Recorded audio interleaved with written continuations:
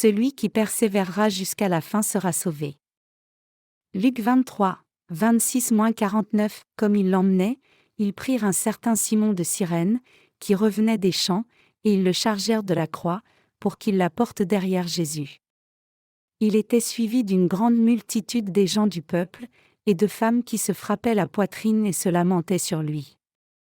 Jésus se tourna vers elles, et dit, « Filles de Jérusalem, ne pleurez pas sur moi, mais pleurez sur vous et sur vos enfants.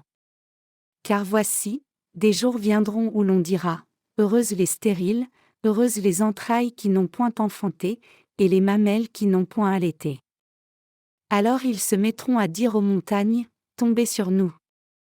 Et aux collines, couvrez-nous. Car, si l'on fait ces choses au bois vert, qu'arrivera-t-il au bois sec? On conduisait en même temps 2 malfaiteurs, qui devaient être mis à mort avec Jésus. Lorsqu'ils furent arrivés au lieu appelé Crâne, ils le crucifièrent là, ainsi que les 2 malfaiteurs, l'un à droite, l'autre à gauche. Jésus dit, « Père, pardonne-leur, car ils ne savent ce qu'ils font. » Ils se partagèrent ses vêtements, en tirant au sort. Le peuple se tenait là, et regardait. Les magistrats se moquaient de Jésus, disant, « Il a sauvé les autres, qu'il se sauve lui-même, s'il est le Christ, l'élu de Dieu. » Les soldats aussi se moquaient de lui, s'approchant et lui présentant du vinaigre, ils disaient, « Si tu es le roi des Juifs, sauve-toi toi-même. » Il y avait au-dessus de lui cette inscription, « Celui-ci est le roi des Juifs. » L'un des malfaiteurs crucifiés l'injuriait, disant, « N'es-tu pas le Christ?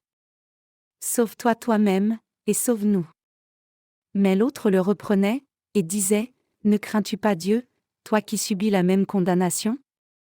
Pour nous, c'est justice, car nous recevons ce qu'ont mérité nos crimes, mais celui-ci n'a rien fait de mal. » Et il dit à Jésus, « Souviens-toi de moi, quand tu viendras dans ton règne. » Jésus lui répondit, « Je te le dis en vérité, aujourd'hui tu seras avec moi dans le paradis. » Il était déjà environ la 6e heure, et il y eut des ténèbres sur toute la terre, jusqu'à la 9e heure. Le soleil s'obscurcit, et le voile du temple se déchira par le milieu. Jésus s'écria d'une voix forte, « Père, je remets mon esprit entre tes mains. » Et, en disant ces paroles, il expira. Le centenier, voyant ce qui était arrivé, glorifia Dieu, et dit, « Certainement, cet homme était juste. » Et tous ceux qui assistaient en foule à ce spectacle, après avoir vu ce qui était arrivé, s'en retournèrent, se frappant la poitrine. Tous ceux de la connaissance de Jésus, et les femmes qui l'avaient accompagné depuis la Galilée, se tenaient dans l'éloignement et regardaient ce qui se passait. Qu'est-ce que le Seigneur a dit que vous obtenez si vous persévérez jusqu'à la fin? Les gens désignent communément Jésus comme le roi de justice, le roi des rois. Aujourd'hui, je veux partager des paroles avec vous, les paroles sur le sujet, notre Seigneur est le roi de justice. Quand nous regardons le passage des Écritures d'aujourd'hui, nous pouvons être témoins de la scène où Jésus porte la croix vers le mont Golgotha pour recevoir la punition de la croix. Il y avait une foule d'une multitude qui pleurait et se lamentait en suivant Jésus quand Jésus portait la croix vers le mont Golgotha comme cela. Ils ont pleuré et frappé leur poitrine en lamentation. Nous pouvons aussi voir toutes sortes de scènes, y compris la scène d'un homme cyrénéen qui est venu à Jérusalem à ce moment-là et qui a même porté pour Jésus la croix de bois que Jésus portait et a suivi Jésus. Alors que Jésus portait la croix de bois vers Golgotha, particulièrement beaucoup de femmes le suivaient et pleuraient de lamentation. Cependant, Jésus les a regardées et a dit, « Filles de Jérusalem, ne pleurez pas sur moi, mais pleurez sur vous et sur vos enfants. » Notre Seigneur a dit, « Car voici, des jours viendront où l'on dira, heureuses les stériles, heureuses les entrailles qui n'ont point enfanté, et les mamelles qui n'ont point allaité. » Il disait que lorsque le dernier jour viendra, ce sera une bénédiction pour la femme qui n'aura pas conçu ni n'aura allaité un enfant. Qu'est-ce que cela signifie? Jésus a dit cela parce qu'il savait quelle terrible tribulation les gens subiraient au dernier jour. C'est correct. Même en portant la croix vers Golgotha, notre Seigneur se souciait de nous et nous a dit ce qui arriverait au dernier jour. Il a parlé de la souffrance terrible que les gens subiraient au moment des tribulations des 7 cornes et des 7 coupes qui tomberont sur le monde à la fin. Quelles sortes de choses arriveront au dernier jour? L'univers sera ébranlé, les cieux, les corps célestes des étoiles, seront ébranlés et tous les gens seront détruits. À ce moment-là, notre Seigneur reviendra dans ce monde et jugera les gens qui ne seront pas nés de nouveau. Donc, le Seigneur nous a donné cette parole pour nous faire réfléchir et nous préparer pour ce temps. Il disait, « Vous ne devez pas avoir pitié de moi juste parce que je porte la croix de bois à Golgotha comme cela. Vous vous lamentez et pleurez pour moi en pensant, « Quelle pitié pour un si jeune homme ou qu'est-ce que le Seigneur a fait de mal pour souffrir une chose si terrible. » Cependant, vous ne devez pas pleurer pour moi. Plutôt, vous devrez pleurer pour vous-même et vos enfants à l'avenir. Quelle est la raison pour laquelle le Seigneur a dit cela? Le Seigneur dit, « Si vous ne recevez pas le salut dans les jours à venir, vous aurez une plus grande souffrance que de porter une croix vers Golgotha et être cloué à la croix que je subis. Vous recevrez la souffrance éternelle qui est des millions de fois plus terrible que la souffrance que je reçois à la croix, la mort que je reçois, le mépris que je reçois, et la tribulation que je reçois maintenant. » Le Seigneur nous a parlé à vous et moi des temps de la fin pour une telle raison. Jésus qui est crucifié à la croix afin de nous sauver nous a exhortés nous l'humanité même jusqu'à son dernier souffle. Le Seigneur n'a jamais commis de péché méritant la mort à la croix. Il n'avait pas de péché ni de faute. Les Israélites de l'époque ont dit, « Jésus est le roi des Juifs. Jésus est le roi d'Israël. Il est le roi, et on saluait Jésus comme roi. » Les dirigeants religieux d'Israël l'ont considéré comme dangereux de même que le fait que les gens saluent Jésus comme un roi, et ils ont donc haï Jésus. Jésus a reçu la punition de la croix comme cela parce que des soi-disant dirigeants religieux et dirigeants politiques comme les pharisiens, les souverains sacrificateurs, et les scribes haïssaient Jésus. C'est correct. Bien que Jésus n'ait eu aucun péché, il a porté la croix à Golgotha à cause de la haine, la tromperie, et la fausse incrimination ironique des dirigeants religieux fervents. Cependant, bien qu'ils aient porté de fausses accusations contre Jésus, Jésus est-il celui qui ne peut même pas prouver son innocence? Ce n'est pas vrai. Cependant, le Seigneur a reçu la punition exactement en accord avec la fausse accusation et a été cloué à mort à la croix. Notre Seigneur n'avait aucun péché. Jésus n'a jamais volé un morceau de pain et il n'a jamais utilisé un langage abusif contrairement à ce que je fais. Notre Seigneur n'a jamais rien fait de mal qui le rende coupable, et il n'a jamais commis le plus petit péché. En dépit de cela, Jésus a reçu la punition de la croix, qui était la punition la plus horrible qu'un pécheur puisse recevoir à l'époque, et a porté la croix jusqu'à Golgotha. Alors, pourquoi Jésus devait-il porter la croix? Notre Seigneur avait un pouvoir suffisant. Si le Seigneur voulait montrer son innocence, il aurait pu arrêter cette punition de la croix immédiatement et même punir tous ceux qui arboraient du mal envers lui, se moquaient de lui, et crachaient sur lui. Jésus est Dieu, qui a toujours le pouvoir suffisant démontré à travers la parole, « Je suis Dieu qui ai créé l'univers. Je suis le Créateur, et qui pouvait révéler cela à leurs yeux et les faire fléchir devant lui. » Cependant, en dépit de cela, Jésus a porté la croix calmement qui était mise sur lui en punition.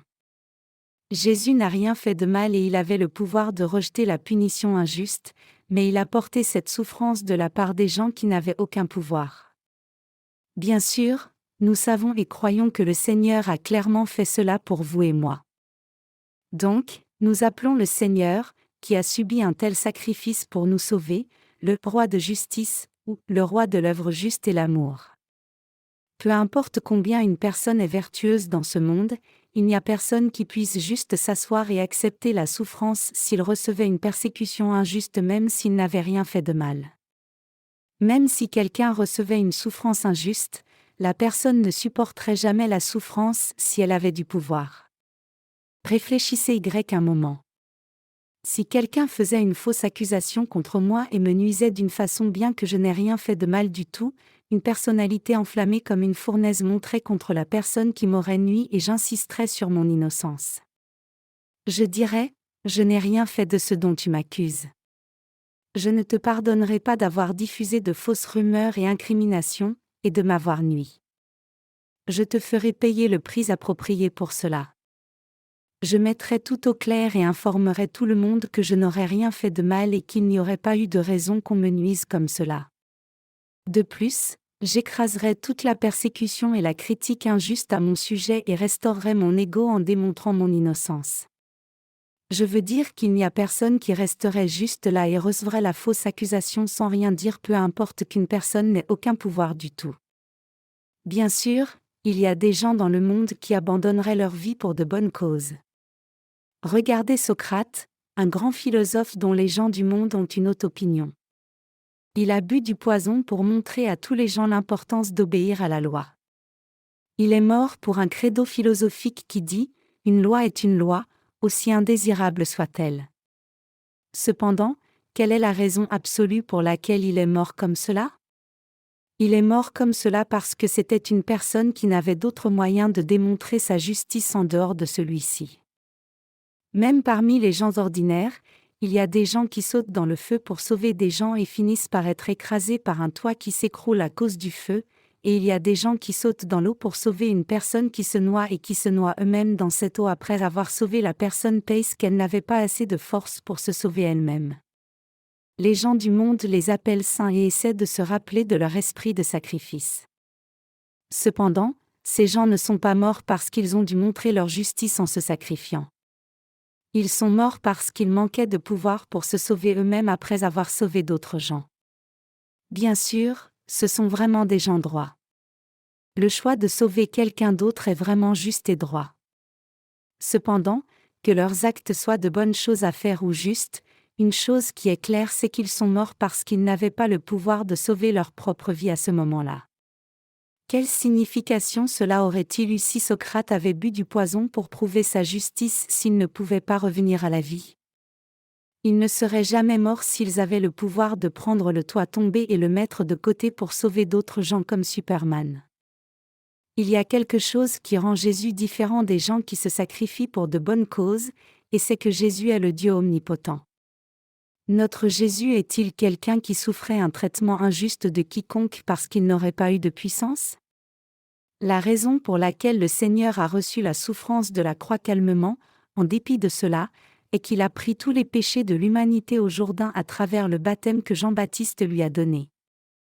Cela signifie que le Seigneur a pris la punition à notre place parce que le Seigneur a pris toutes les iniquités et péchés de tous les gens sur lui à travers le baptême et a porté la croix à Golgotha pour expier tous nos péchés. C'est vrai. Le Seigneur n'a pas souffert injustement parce qu'il n'avait pas de puissance. Afin de nous sauver, vous et moi, de tous les péchés du monde, le Seigneur a reçu la punition de la croix même s'il avait une puissance infinie. Il n'y aurait pas de raison que le Seigneur reçoive la punition de la croix si le Seigneur n'avait pas pris les péchés de tous les gens du monde. Cependant, le Seigneur a reçu le baptême pour accomplir toute la justice de Dieu, et il n'a pas utilisé son pouvoir tout-puissant, et plutôt, il a juste reçu la souffrance de la croix afin d'accomplir toute l'œuvre juste.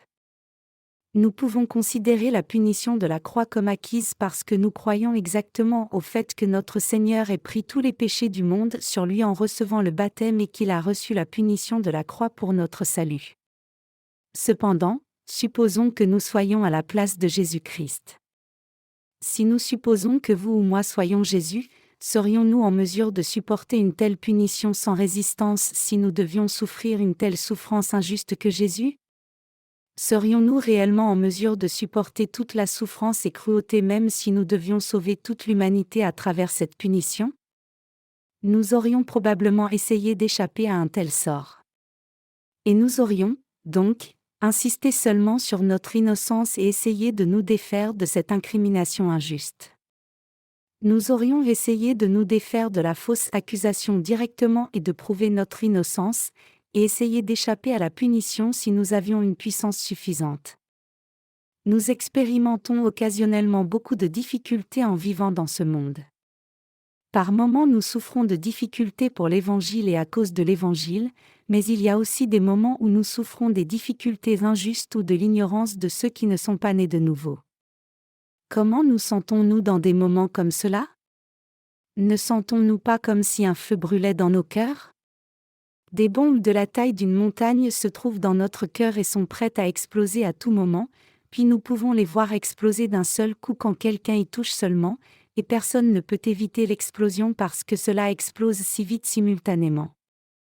Bien sûr, cela arrive probablement à plus d'une personne qui a un tempérament enflammé comme moi, mais même les gens calmes explosent de colère extérieurement quand la fureur en eux dépasse le point de tolérance. Cependant, notre Seigneur n'a pas fonctionné comme cela. À la différence de nous, le Seigneur est vraiment une personne juste. Je pense que la parole la plus bénie qui donne de l'espérance à mon cœur est la parole que notre Seigneur a dite sur la croix au brigand qui était à ses côtés. Jésus lui dit, « Je te le dis en vérité, aujourd'hui tu seras avec moi dans le paradis. » Ne pas vivre éternellement dans le monde qui est si rempli de confusion, tourments, et l'injustice nous rendrait assez heureux, mais le Seigneur dit qu'il nous ferait vivre vous et moi dans un endroit qui est plein d'amour et de joie, un endroit rempli seulement de paix et sans souci, un endroit plein de joie sans aucun mal. Je suis si heureux que nous allions vivre dans un tel endroit avec le Seigneur bien-aimé. Le paradis est un tel endroit. Le paradis est un endroit où nous pouvons vraiment aimer et prendre soin de tous les gens peu importe qui ils sont. Je veux que vous et moi vivions avec le Seigneur éternellement dans un tel paradis. J'espère que nous ferons toujours bien et partagerons l'amour les uns avec les autres autant que nous voulions être dans ce monde qui n'a que de la gloire et de la joie. J'ai non seulement le désir de vivre dans un tel paradis, mais j'imagine aussi le bonheur et la joie au sujet de se trouver dans cet endroit. Combien ce serait merveilleux si nous étions réellement dans ce paradis maintenant? Alors, nous n'aurions pas à être frustrés et énervés les uns contre les autres et nous disputer ou battre comme nous le faisons maintenant dans ce monde. J'espère la venue du paradis promis qui est différent de ce monde dans lequel nous vivons, faisant face aux dangers tout le temps et s'inquiétant de savoir quand une guerre pourrait éclater. Ce monde semble être pris dans une menace de guerre. Les nations puissantes oppressent les nations plus faibles et les nations plus faibles menacent d'utiliser des armes nucléaires pour améliorer leur position. Il y a des rumeurs de guerre partout dans le monde et des catastrophes naturelles arrivent constamment. Ce monde est réellement désolé. C'est un monde de confusion et d'horreur au point que nous ne pouvons même rien dire honnêtement de tout cœur même si nous le voulons. Combien ce sera merveilleux quand le monde paisible sous le règne du Seigneur viendra bientôt, un monde différent de ce monde.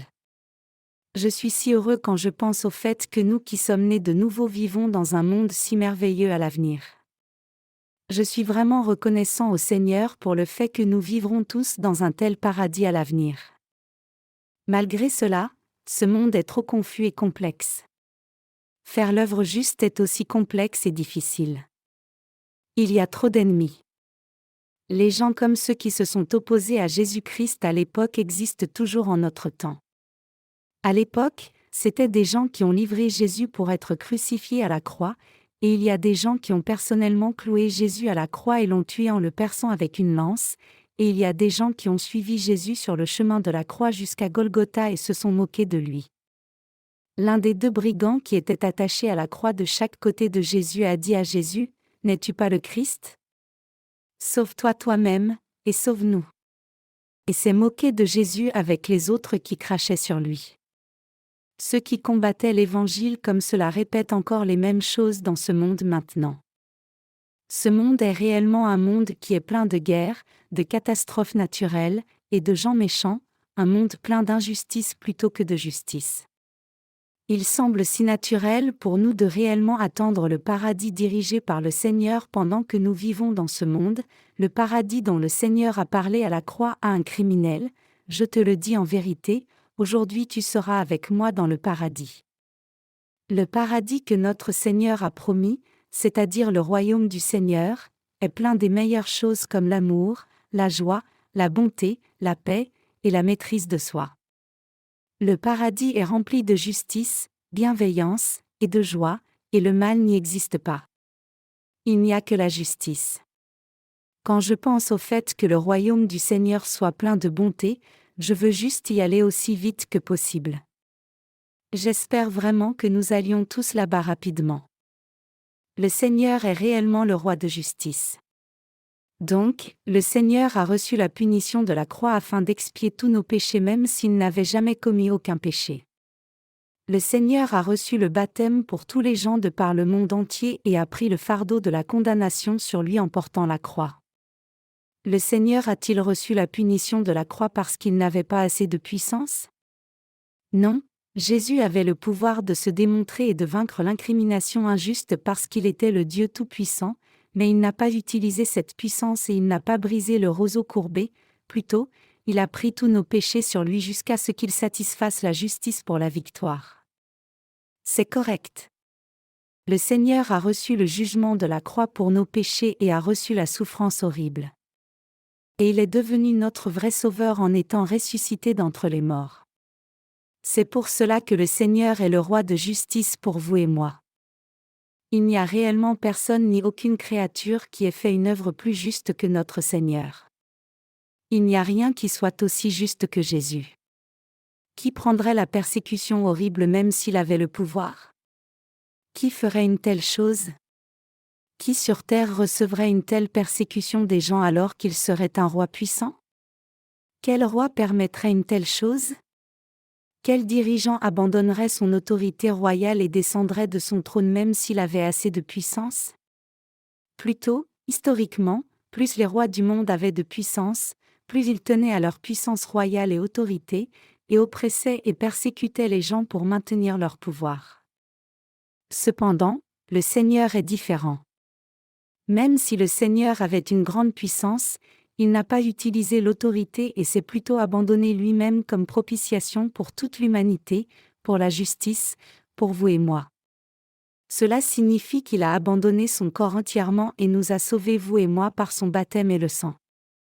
C'est pour cela que notre Seigneur est le roi de justice, le roi de paix, le roi d'amour, et le vrai Dieu du salut pour tous les gens qui croient en l'évangile de l'eau et de l'esprit, y compris vous et moi. Croyez-vous en ce fait? Ce monde est réellement un monde difficile et fatigant maintenant.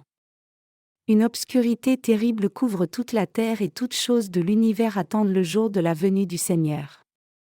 Je sais que vous et moi ne vivons pas confortablement dans un tel monde désolé. Le cœur des gens du monde est endurci maintenant. Ils ont soif du sang des autres pour leur propre profit et ont soif du mal. Les gens de cette époque n'ont pas soif de justice ou de bonté, et leurs cœurs sont plutôt changés en âmes sombres qui ont soif seulement du mal. Ils ne peuvent même pas supporter de petites difficultés et interfèrent avec les autres. Ils aiment l'argent plus que Dieu et aiment la tromperie plus que la vérité, et c'est devenu un monde qui renie le pouvoir de la vraie piété même s'ils ont une forme de piété. 2 Timothée 3h5. Cette parole est écrite dans le premier et le second livre de Timothée, mais nous pouvons voir que la réalité que nous voyons de nos yeux est elle-même si ce n'est pas mentionné spécifiquement comme cela. Vous et moi sommes utilisés comme instruments de justice dans un tel monde confus maintenant. Bien que nous soyons faibles et avec des manques physiquement, au moins nous qui croyons en l'évangile de l'eau et de l'esprit faisons l'œuvre juste maintenant. C'est vrai. Bien que nous ayons des manques, nous faisons, pas à pas, l'œuvre du salut de Dieu et de l'amour de Jésus-Christ, le roi de justice et de paix pour le monde entier. Nous faisons absolument l'œuvre de justice même si nous sommes insuffisants. Beaucoup de gens découvrent l'Évangile et reçoivent le salut à travers l'œuvre de justice que nous faisons. Bien que cela semble petit à nos yeux, 200 ou 300 personnes par jour de différents pays commandent réellement nos livres gratuits et téléchargent les livres électroniques. Nous continuerons de faire l'œuvre de distribution des livres électroniques et livres gratuits pour diffuser l'évangile de l'eau et de l'esprit à tous les gens de par le monde entier. Nous faisons ce genre d'œuvre. Nous faisons cette œuvre à cause de notre Seigneur. Et nous aimons nos frères et sœurs à cause de Jésus. Nous aimons nos amis et tous les gens de par le monde entier à cause de Jésus. Nous faisons l'œuvre de témoignage de l'Évangile à tous les gens du monde à cause de Jésus. Nous ne faisons pas cette œuvre parce que nous sommes de bonne volonté.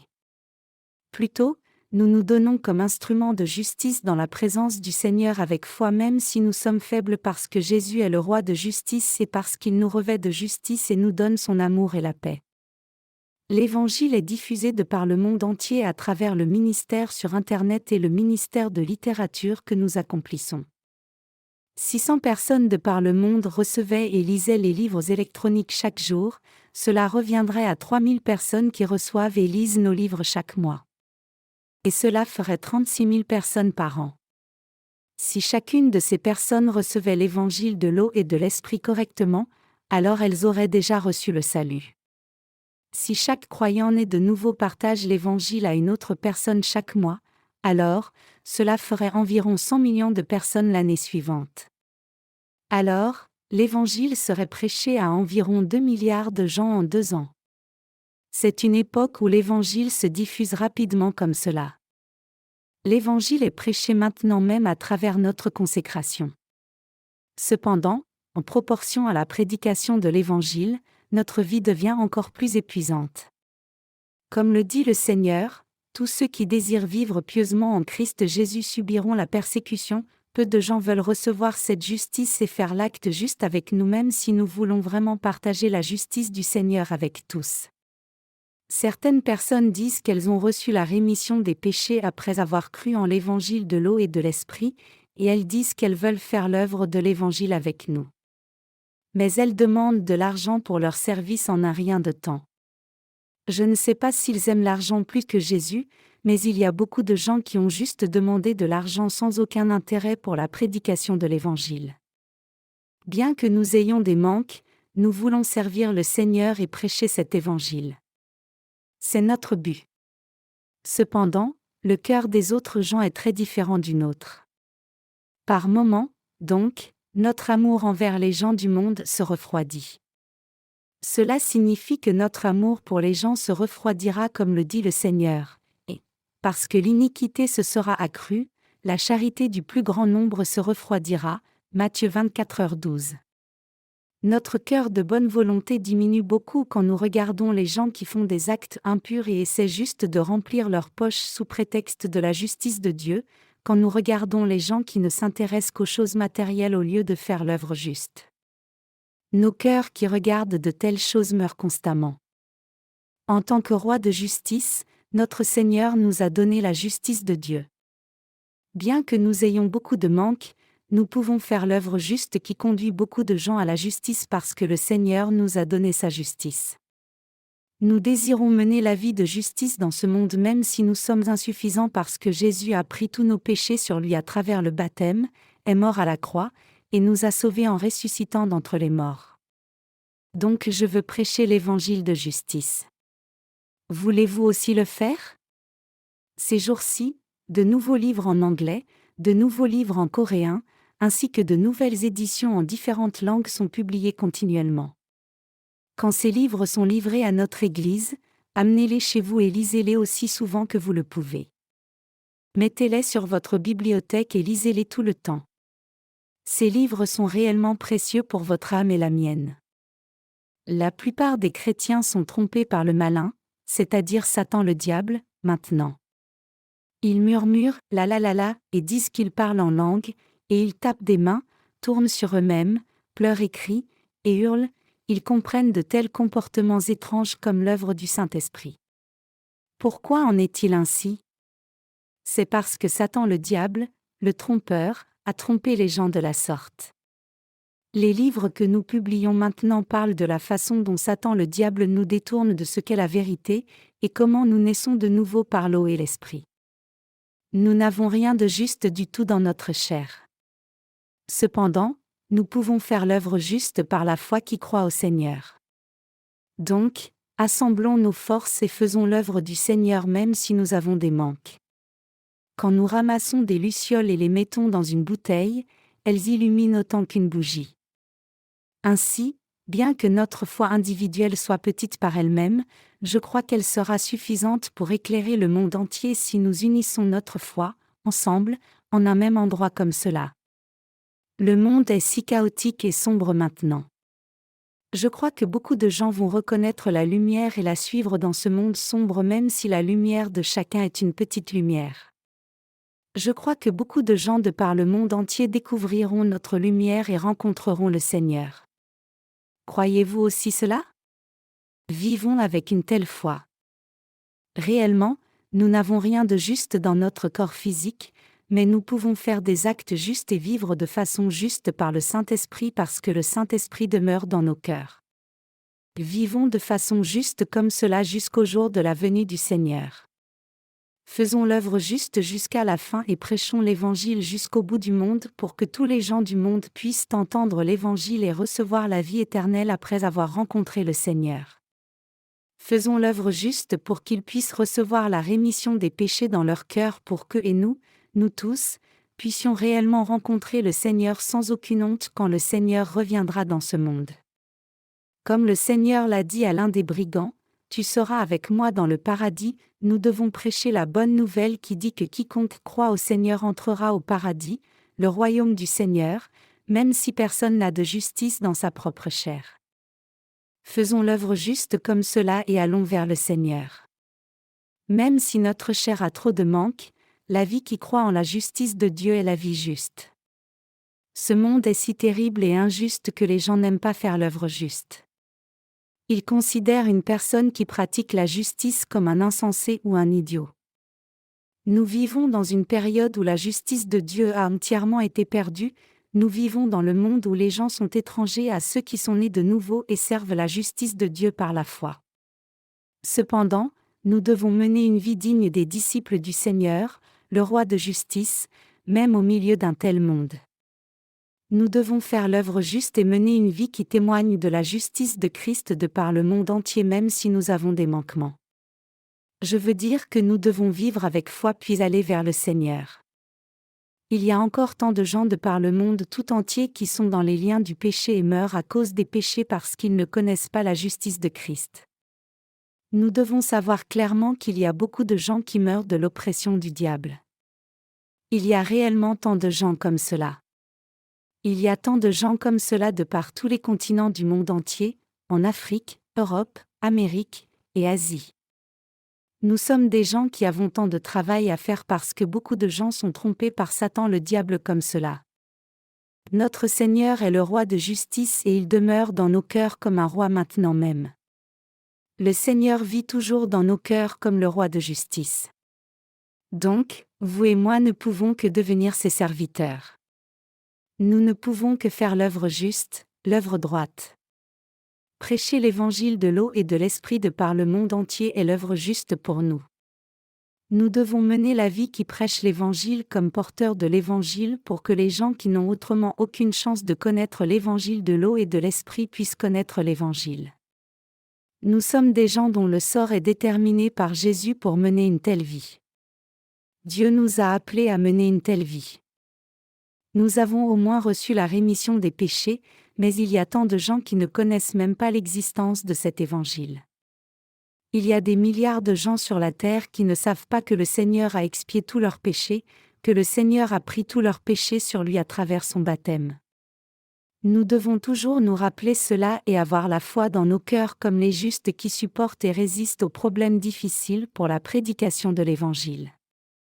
Je veux que vous soyez des justes qui peuvent supporter la persécution pour la justice de Dieu, souffrir pour la justice, même résister à la faim et la soif pour la justice, et devenir les justes qui ont vraiment faim de faire l'œuvre juste. Même si nous pouvons ne pas avoir si faim dans la chair, nous devons devenir des gens qui ont vraiment faim et soif de faire l'œuvre juste spirituellement. En réalité, nous sommes déjà devenus des gens comme cela par la foi. Cependant, nous devons faire davantage de travail dans les jours à venir. Il est vraiment difficile de prêcher l'Évangile dans ce monde sombre et fou, un monde qui est précaire comme s'il était aux mains de Satan. Nous aimons les coureurs de marathon qui doivent être endurants sur une course longue et difficile de 42,195 km. Le marathon est aussi désigné comme le fleuron des Jeux olympiques. Vous sauriez ce que cela signifie si vous aviez regardé déjà une course de marathon du dernier jour de chaque édition des Jeux olympiques. Comme vous le savez, les coureurs du marathon doivent parcourir 42,195 km pour terminer la course. Tout au long de la longue course, ils ne marchent pas. Ils courent et luttent contre eux-mêmes pour la victoire. Je pense que nous avons couru à peu près 20 km de cette route de difficulté. Nous dirions qu'un coureur de marathon a dépassé un point crucial de la course s'il a réalisé environ 20 km. L'on dit qu'un coureur de marathon, à un certain point, expérimente une douleur qui ressemble à un déchirement de leur estomac s'ils ont parcouru 20 km à vitesse régulière. Quand ils arrivent à ce point crucial, leur respiration devient difficile, leur bouche commence à faire de la mousse et avoir un goût amer. Cependant, une fois qu'ils dépassent ce point difficile et continuent de courir, ils peuvent courir sans beaucoup de difficultés pendant un temps.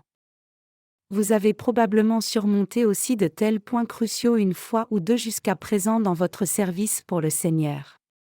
Bien que nous sachions que l'œuvre du service du Seigneur et de la prédication de l'Évangile est juste et droite, par moments, c'était aussi déplaisant et frustrant pour nous parce que c'était si difficile. Nous avons maintenant la fin de la course en vue après avoir surmonté quelques points cruciaux comme cela. Les coureurs de marathon qui courent la partie finale de la course commencent souvent à courir même plus vite qu'ils ne le faisaient au début de la course.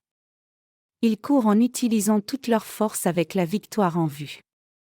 Nous sommes maintenant à un point où nous devons courir avec toute notre force comme les coureurs de marathon qui courent plus fort à la fin.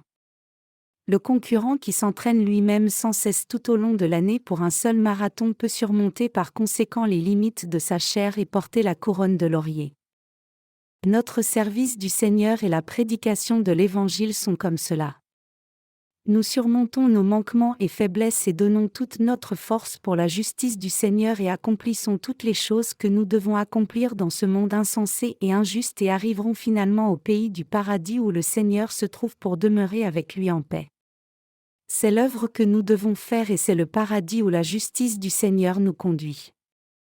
Alors que nous prêcherons l'Évangile pendant quelques années de plus, je suis certain que nous allons voir beaucoup de catastrophes naturelles se passer dans le monde entier de partout dès lors.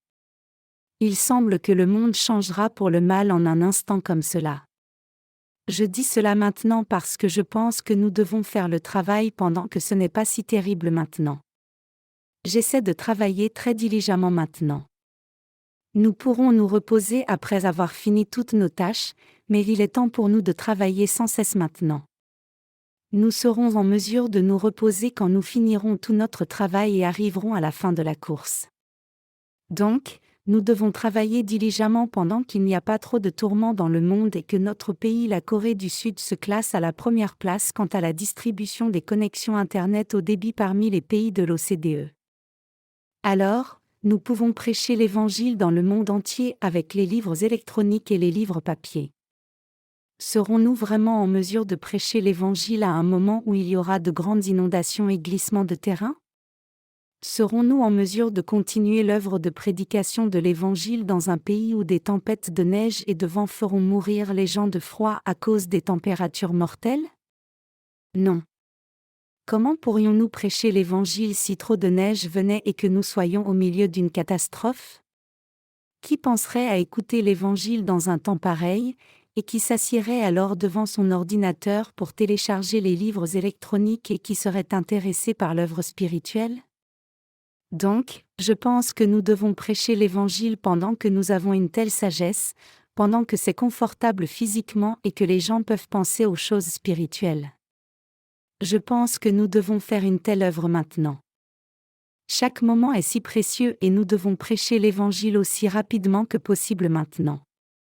Il est temps maintenant d'accélérer la prédication de l'Évangile de par le monde entier. Et quand nous ne serons pas en mesure de prêcher l'Évangile au monde entier, nous prêcherons alors l'Évangile aux membres de notre famille. À ce moment-là, nous leur donnerons une précieuse occasion et les amènerons à recevoir la rémission de tous leurs péchés. Nous sommes le peuple du Seigneur, le roi de justice. Ne vous plaignez pas de ce monde juste parce que le monde est injuste.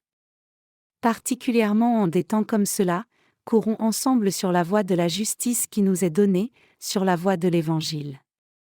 Prions pour l'Évangile, gardons notre foi ensemble, attendons et regardons au royaume du Seigneur, et vivons avec l'espérance d'y demeurer.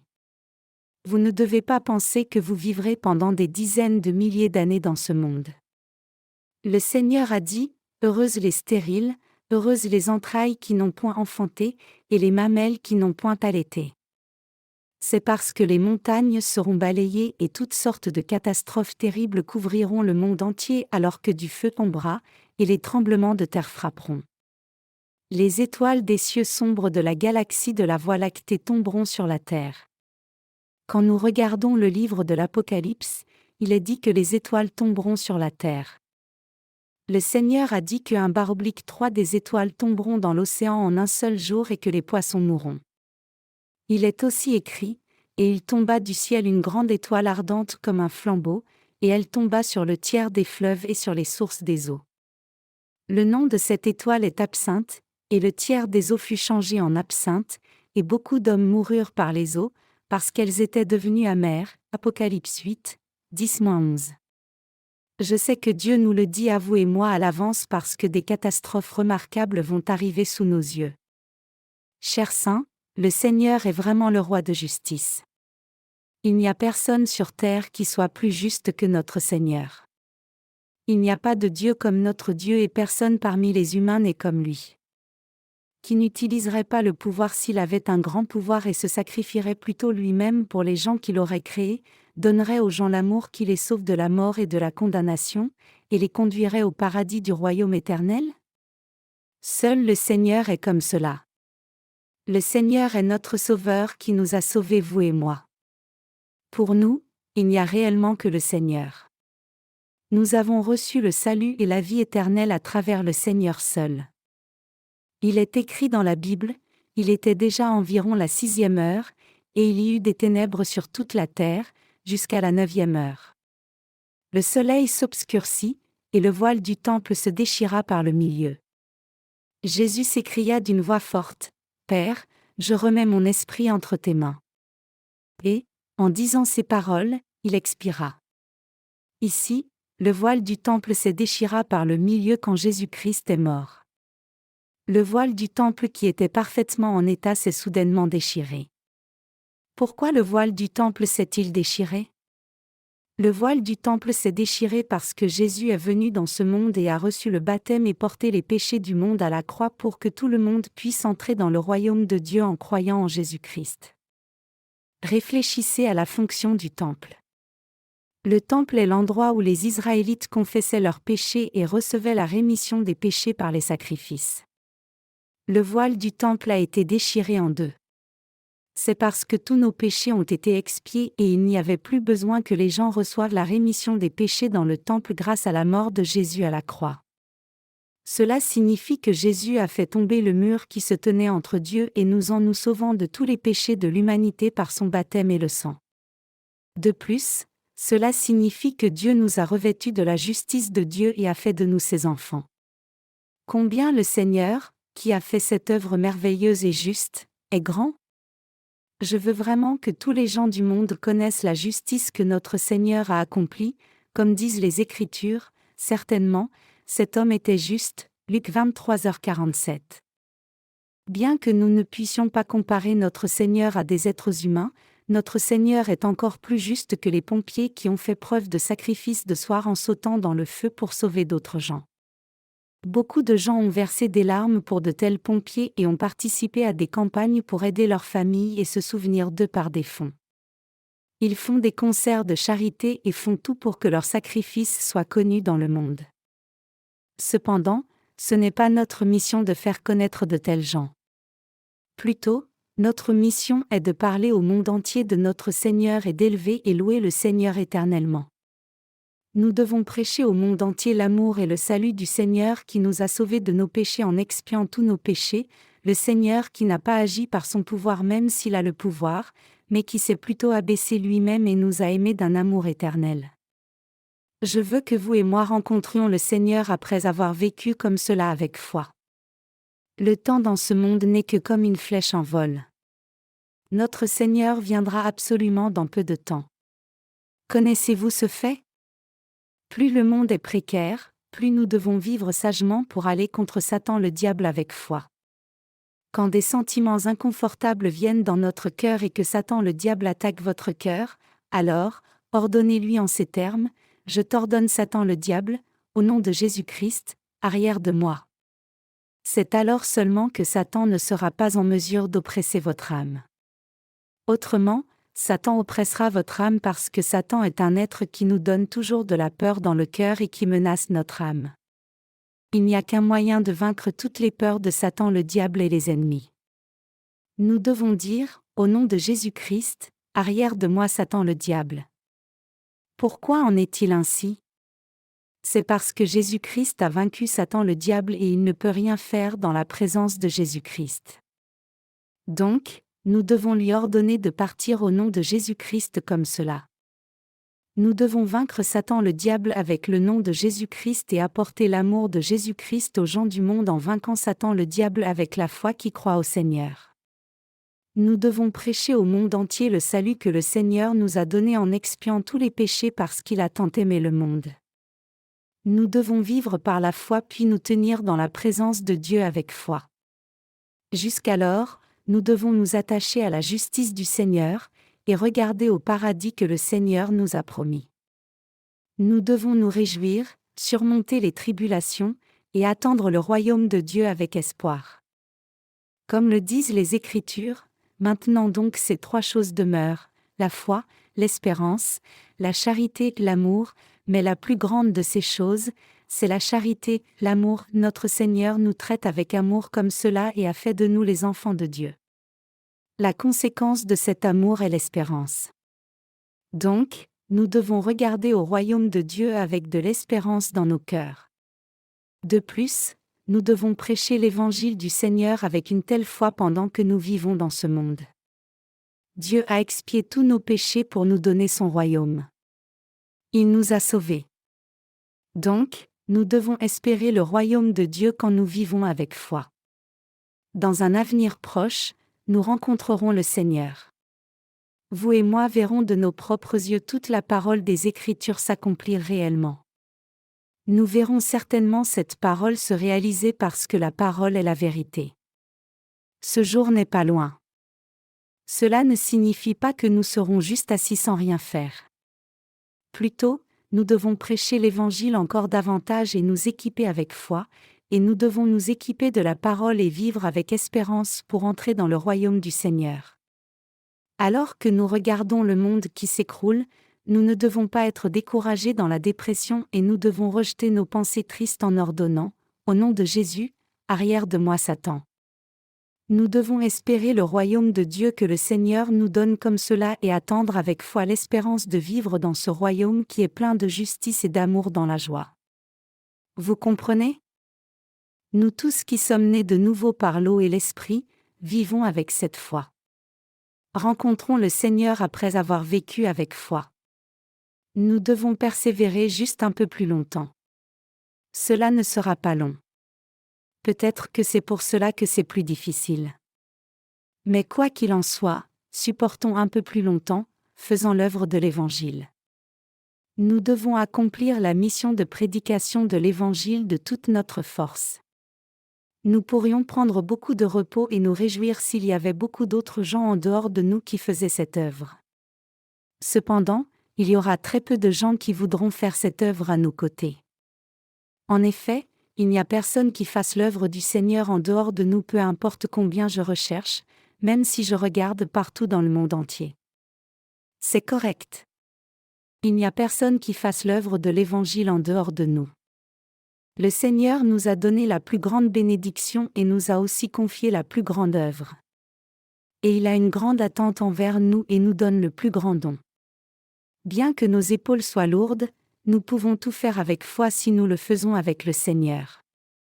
Même si l'œuvre de la justice qui nous est confiée est trop difficile pour nous, nous rendons grâce au Seigneur parce que nous espérons les jours merveilleux qui viendront à l'avenir.